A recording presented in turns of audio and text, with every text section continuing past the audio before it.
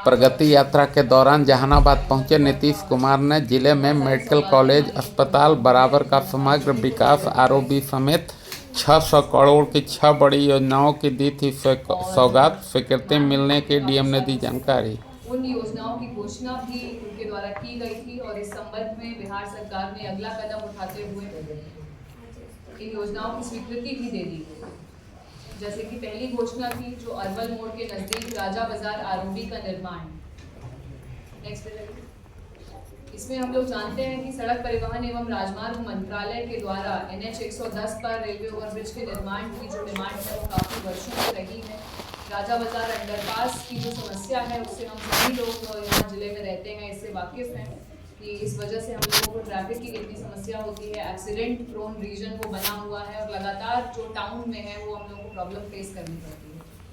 तो इसके लिए ओवरब्रिज ही एक मात्र सोल्यूशन है और ओवरब्रिज की घोषणा माननीय मुख्यमंत्री महोदय के द्वारा किए जाने के पश्चात भारत सरकार से इसकी स्वीकृति हेतु अनुरोध किया गया है और जल्द ही इसका हम लोगों को फाइनल जो है ये प्राप्त होगा स्वीकृति। नेक्स्ट, दूसरी योजना जो माननीय मुख्यमंत्री महोदय जी के द्वारा घोषणा की गई थी वो NH 110 से SS कॉलेज जहानाबाद तक की सड़क का 2.5 किलोमीटर का निर्माण। हम लोग सभी इस बात से पूर्णतया अवगत हैं कि यह अत्यंत ही महत्वपूर्ण सड़क है जहानाबाद की।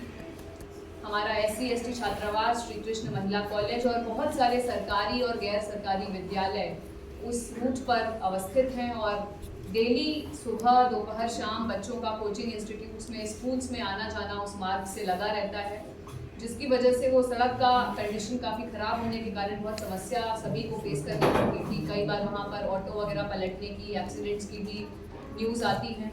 तो इन सभी को टैकल करने के लिए इस सड़क की घोषणा जो है वो बिहार सरकार के द्वारा स्वीकृति भी दी गई है, घोषणा भी की गई है। और इसके अतिरिक्त ही वहीं पर हमारा एरोड्रोम स्टेडियम भी है। एरोड्रोम में हमारा हेलीपैड और हेलीपोर्ट जो है वो प्रस्तावित है।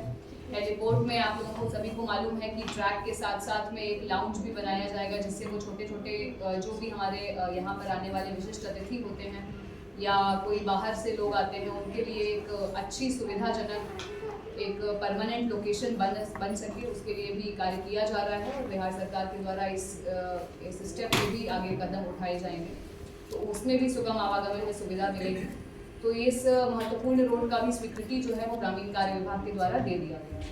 नेक्स्ट, बराबर पर्यटन क्षेत्र के समग्र विकास कार्यों के अंतर्गत हम सभी लोग जानते हैं कि जहानाबाद का गौरव है बराबर पहाड़ क्षेत्र, बराबर एवं नागार्जुनी की गुफाएं और श्री सिद्धेश्वर नाथ का मंदिर। प्रतिवर्ष वहाँ पर श्रावणी मेला भी लगता है, अभी महाशिवरात्रि के भी मेले का आयोजन किया गया है और बराबर और नागार्जुनी की गुफाओं में देश विदेश के पर्यटक जो हैं वो आते हैं, लगातार आते हैं, लेकिन उस अनुरूप सुविधाएं वहाँ पर उपलब्ध ना होने के कारण इसे पर्यटन क्षेत्र का वो स्थान नहीं मिल पाया है जिसका ये हकदार है। इसी उद्देश्य से अब बराबर पर्यटन क्षेत्र के समग्र विकास के लिए वहाँ पर एक वन विभाग के द्वारा DPR तैयार किया गया है और जिसकी राशि पीछे लगी, राशि कहाँ है,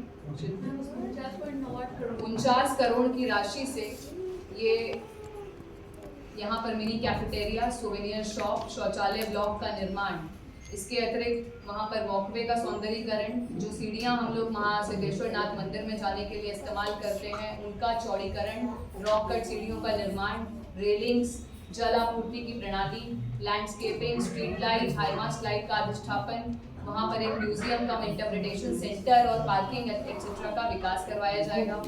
बराबर पहाड़ पर संरक्षण का कार्य किया जाएगा जिससे कि ये एनवायरमेंटली। शहर के सड़क के बीच चौड़ीकरण और सौंदर्यीकरण कार्य चल रहा है, उसके तकरीबन 2 साल होने को हैं।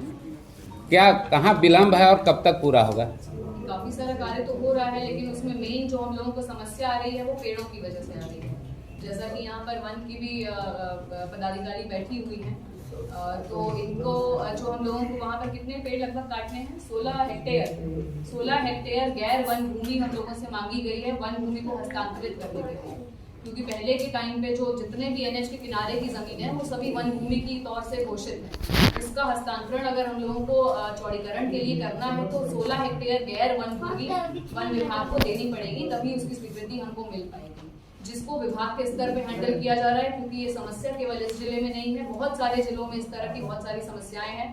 तो सभी जगह जहाँ पर सैकड़ों हेक्टेयर गैर वन भूमि जो है वो वन विभाग को दी जानी है, तो इसलिए उसको विभाग के स्तर पे बोला गया है कि कोऑर्डिनेशन करके उसको किया जाएगा और तभी वो स्थानांतरण हो पाएगा और तब उसका काम शुरू हो पाएगा। फिर भी जहाँ पर ये समस्या नहीं है वहाँ पर हम लोग अतिक्रमण हटवा करके, आपने देखा भी होगा, एमपी में काम किया गया है। डिवाइडर्स का भी जो काम किया जा सकता है वो किया जा रहा है। तो जो जो संभव है वो हम लोग आगे बढ़ा रहे हैं, बट जो अभी एट द मोमेंट संभव नहीं है उसके लिए टेंडर लिया जाएगा। 2 सालों में अब तक 28% ही काम हो पाया है। ये कब तक अब टाइम समाप्त होने को है, कब तक ये आपको पूरा डिटेल में कारण बता दिया, इससे ज़्यादा हम क्या बता सकते हैं। तो ये सभी विभाग तो आप ही शहर में सड़कों का काफी बुरा है। 2.5 किलोमीटर तो सड़क को बताया गया, लेकिन ये सुविधा होते रोड क्या उत्तरी दक्षिण दौलतपुर है। आप लोगों को इसके बारे में भी